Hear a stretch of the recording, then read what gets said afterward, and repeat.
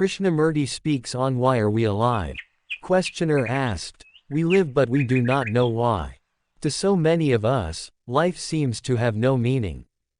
Can you tell us the meaning and purpose of our living? Krishnamurti said. Now why do you ask this question?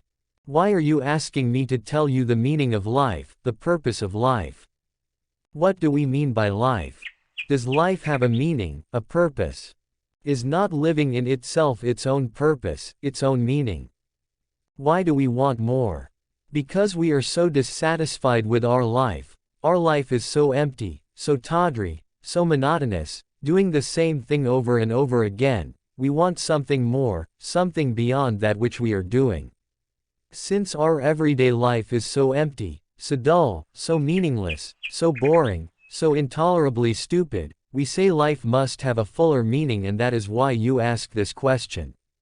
Surely a man who is living richly, a man who sees things as they are, and is content with what he has, is not confused, he is clear.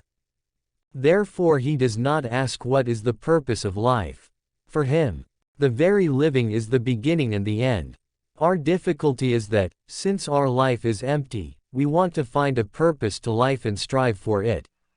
Such a purpose of life can only be mere intellection, without any reality. When the purpose of life is pursued by a stupid, dull mind, by an empty heart, that purpose will also be empty.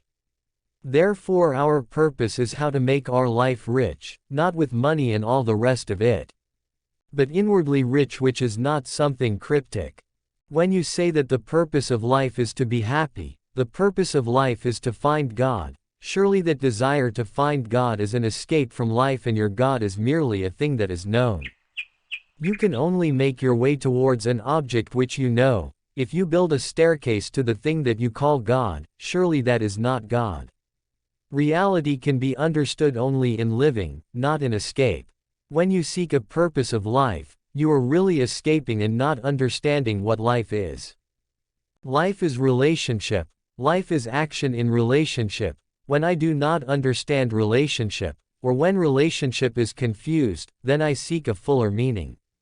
Why are our lives so empty? Why are we so lonely, frustrated? Because we have never looked into ourselves and understood ourselves. We never admit to ourselves that this life is all we know and that it should therefore be understood fully and completely. We prefer to run away from ourselves, and that is why we seek the purpose of life away from relationship.